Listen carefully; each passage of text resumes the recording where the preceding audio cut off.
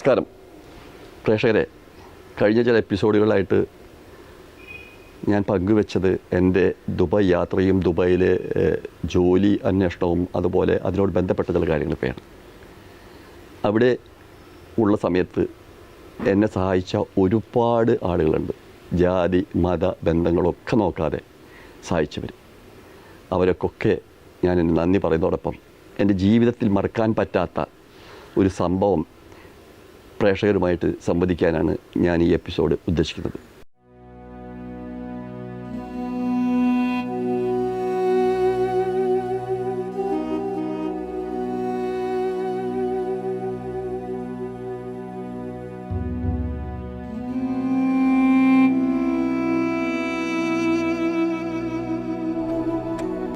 അന്ന് ഞാൻ വളരെ ക്ഷീണിച്ചവനായിരുന്നു, മാനസികമായും ശാരീരികമായും മറ്റെല്ലാ അർത്ഥത്തിലും.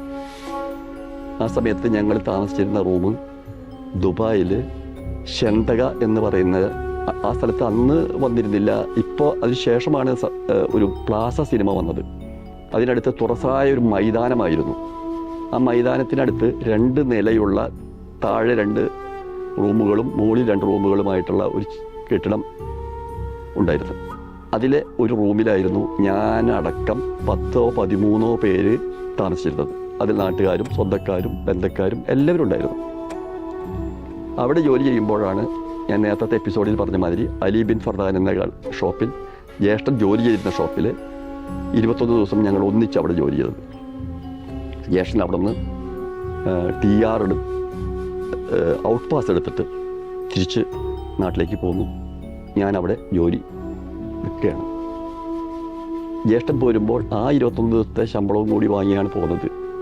അതുകൊണ്ട് ഞാൻ ജോലി ചെയ്ത സമയം 21 ദിവസം ശമ്പളം തരാൻ പറ്റില്ല എന്ന് ബോസ് പറയുന്നു. അതാ പറഞ്ഞത് വളരെ കറക്റ്റുമാണ്. ഞാൻ ആകെ വിഷമത്തിലായി. ഭക്ഷണം കഴിക്കാനായിട്ട് കയ്യിൽ പൈസയില്ല. ആകെ തളർന്നു. ഞാൻ ചോറ് തന്നെ തിന്നാൻ ഉള്ള കാശ് അന്ന് എൻ്റെ ഓർമ്മ ശരിയാണെങ്കിൽ 10 അണ ആണ് അന്ന് ഒരു ചോറിന് വില. അണ എന്നാണെന്നൊക്കെ പറഞ്ഞിരുന്നത്. അവിടെ ഒരു 60 ഫിൽസ് ആയിരിക്കും. അത് ഇല്ല. വിഷമിച്ചു.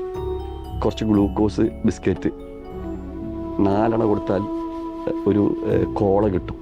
2 അണയ്ക്ക് ഗ്ലൂക്കോസ് ബിസ്ക്കറ്റ് പാക്കറ്റ് അതും വാങ്ങി കഴിക്കും. ഇങ്ങനെയൊക്കെ പോയിക്കൊണ്ടിരിക്കുന്ന സമയത്ത് ഹോട്ടലിലാണെങ്കിൽ ഒരു മലയാളിയുടെ ഹോട്ടലാണ് അവിടെ കുറച്ച് അധികം പൈസ കൊടുക്കാനുണ്ട്. എൻ്റെ ജീവിതത്തിൽ അന്നും ഇന്നുമുള്ള പ്രാർത്ഥനയും ഇതുവരെ ആ പ്രാർത്ഥന സഫലമായിട്ടുള്ളതും ഈ ഒരു പ്രാർത്ഥനയാണ്. പ്രധാനപ്പെട്ട പ്രാർത്ഥന, കടക്കാരനായിട്ട് ഭരിക്കരുത്, അഥവാ കടക്കാരനായിട്ട് ഭരിക്കേണ്ടി വന്നാലും ഭക്ഷണം കഴിച്ചിട്ട് അതിൻ്റെ കടമായിട്ട് ഭരിക്കരുത് എന്നുള്ളതാണ്. ഇവിടെയാണെങ്കിൽ കാശ് കൊടുക്കാനുണ്ട്. എനിക്ക് അദ്ദേഹത്തെ കാണാനൊരു വിഷമം. അവരെ കുറ്റം ഞാൻ പറയില്ല. കാരണം ഇന്ന് ഇവിടെ താമസിക്കുകയാണെങ്കിൽ നാളെ വേറെ ഭാഗത്ത്. അതേപോലെ ഒരാൾക്കും വിസയോ പാസ്പോർട്ടോ അല്ലെങ്കിൽ അങ്ങനെയുള്ള യാതൊന്നും ഇല്ലാത്ത ഒരു സാഹചര്യത്തിൽ ഒന്നും കൂടെ വ്യക്തമായിട്ട് പറയുകയാണെങ്കിൽ ഇവിടുത്തെ ബംഗാളികളെ പോലെ അവർ ഞങ്ങളിത് പൈസ കിട്ടുമെന്നവർക്ക് എങ്ങനെ ഉറപ്പ്? അങ്ങനെ വിഷമിച്ച് നിൽക്കുമ്പോൾ ഞാൻ ഭക്ഷണം കഴിക്കാതെ വിഷമിച്ചിരിക്കുന്നത് കണ്ടപ്പോൾ ഞങ്ങളുടെ റൂമിൽ ഉണ്ടായിരുന്ന ഞങ്ങളെക്കാൾ കുറേ കൂടെ പ്രായമുള്ള കുഞ്ഞി മുഹമ്മദ് ക, അദ്ദേഹത്തിൻ്റെ വീട് കാട്ടൂരാണ്. അദ്ദേഹം എന്നോട് പറഞ്ഞു, നമുക്ക് ഒരു വ്യക്തി അവിടെയുണ്ട്. അദ്ദേഹം ഞങ്ങളെക്കാൾ മുൻപ് വന്നതും അവിടെ എല്ലാവരും അറിയുന്ന ഒരാളും നല്ലൊരു ജോലിക്കാരനൊക്കെയാണ്. അദ്ദേഹം ഇപ്പോൾ ഉണ്ടോ എന്ന് എനിക്കറിയില്ല. അദ്ദേഹത്തിൻ്റെ അടുത്ത് പോയിട്ട് നമുക്ക് പറഞ്ഞാൽ, അദ്ദേഹം ഈ ഹോട്ടലുകാരോട് പറഞ്ഞാൽ ചിലപ്പോൾ ഈ കടത്തിന് ഒരു സാവകാശം കിട്ടും.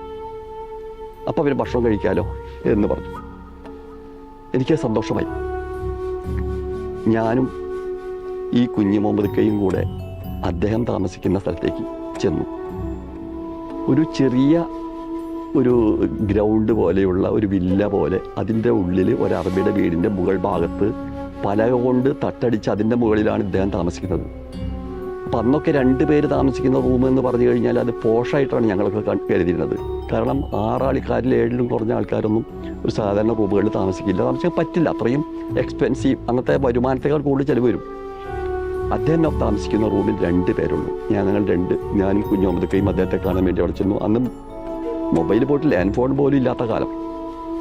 അപ്പം അദ്ദേഹം വരുന്നത് വരെ കാത്ത് ഞാനിങ്ങനെ നിൽക്കുകയാണ്. ഓരോ നിമിഷവും ഒരു യുഗം പോലെ തോന്നി. കുറേ കഴിഞ്ഞപ്പോൾ അദ്ദേഹം വന്നു. ഞാനൊന്നും സംസാരിക്കുന്നില്ല. കാരണം ഞാൻ സംസാരിച്ചിട്ട് എൻ്റെ സംസാരത്തിൽ നിന്നും എന്തെങ്കിലും ഒരു തെറ്റ് വരികയോ അല്ലെങ്കിൽ ഇഷ്ടക്കേട് വരികയോ ചെയ്താൽ സഹായിക്കാൻ വിചാരിച്ച് അദ്ദേഹം സഹായിക്കാതിരുന്നെങ്കിലോ എന്ന് കരുതി ഞാൻ ഒന്നും സംസാരിക്കുന്നില്ല. കുഞ്ഞു മുഹമ്മദൊക്കെ വിവരം പറഞ്ഞു. ഇങ്ങനെ അപ്പോൾ എന്നെ ഷറഫു എന്നാണ് വിളിക്കുക അവരൊക്കെ. അതുകൊണ്ട് ഷറഫുവിന് ഇങ്ങനെ അവിടെ കുറച്ച് ഹോട്ടലിൽ പൈസ കൊടുക്കാനുണ്ട്, ഭക്ഷണം കഴിച്ചിട്ടില്ല. കുറച്ച് നേരം അദ്ദേഹം മൗനമായി നിന്നു.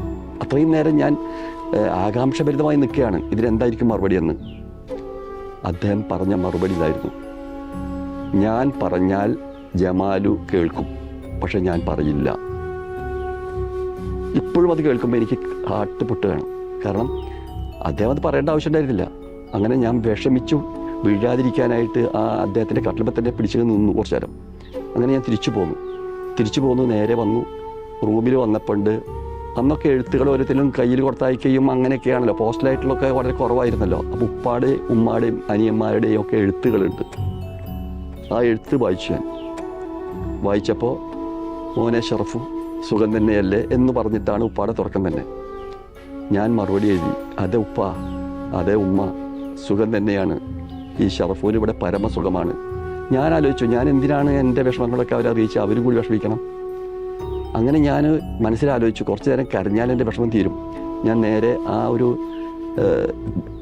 ബിൽഡിങ്ങിൻ്റെ, അത് 2 നിലയുള്ള ബിൽഡിങ്ങിൻ്റെ നേരെ മുകളിൽ ടെറസിൽ പോയിട്ട് ഒറ്റയ്ക്ക് ഇരുന്ന് കുറേ നേരം കരഞ്ഞു കഴിഞ്ഞ് ഞാൻ തിരിച്ച് താഴേക്ക് വന്നപ്പോൾ താഴെ അടുത്ത റൂമിൽ ഒരു കുമാരേട്ടൻ എന്ന് പറയുന്ന അദ്ദേഹം കുന്നംകുളം അടുത്ത് ചങ്ങരംകുളം എന്ന് പറയുന്നതിനടുത്തുള്ള മൂക്കോല എന്ന് പറയുന്ന സ്ഥലത്തുള്ള ഒരു ടൈലറായിരുന്നു അദ്ദേഹം.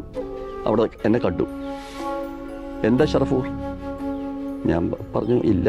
അല്ല, എൻ്റെ കണ്ണ് ചോന്നിട്ടുണ്ടല്ലോ. ഞാൻ പറഞ്ഞു കണ്ണിൽ എന്തെങ്കിലും പ്രാണി കടന്നായിരിക്കും. ആളെടുത്ത വഴിക്ക് എന്നോട് പറഞ്ഞ ചോദ്യം ഇതാണ്: വിശപ്പിൻ്റെ പ്രാണിയല്ലേ? അങ്ങനെ അദ്ദേഹം എന്നെ നിർബന്ധിച്ചു. ഞാൻ പറഞ്ഞു എനിക്ക് വേണ്ട, ഭക്ഷണം വേണ്ട. ഈ ഭക്ഷണം വേണ്ട എന്ന് പറയുമ്പോഴും എനിക്ക് നല്ല വിശപ്പുണ്ട്. അപ്പോൾ അദ്ദേഹം എടുത്ത വഴിക്ക് ചോദിച്ച ചോദ്യം ഇതായിരുന്നു: എൻ്റെ ഹിന്ദുക്കളുടെ ഭക്ഷണം കഴിക്കില്ലേ? ഷറഫു, നീ എൻ്റെ മകൻ്റെ, എൻ്റെ അനിയൻ്റെ പ്രായമുള്ളൂ. നിന്നേക്കാൾ കൂടുതൽ കഷ്ടപ്പാടുകൾ ഞാൻ മദ്രാശിയിലും ബോംബെയിലും ചെയ്തിട്ടുണ്ട്.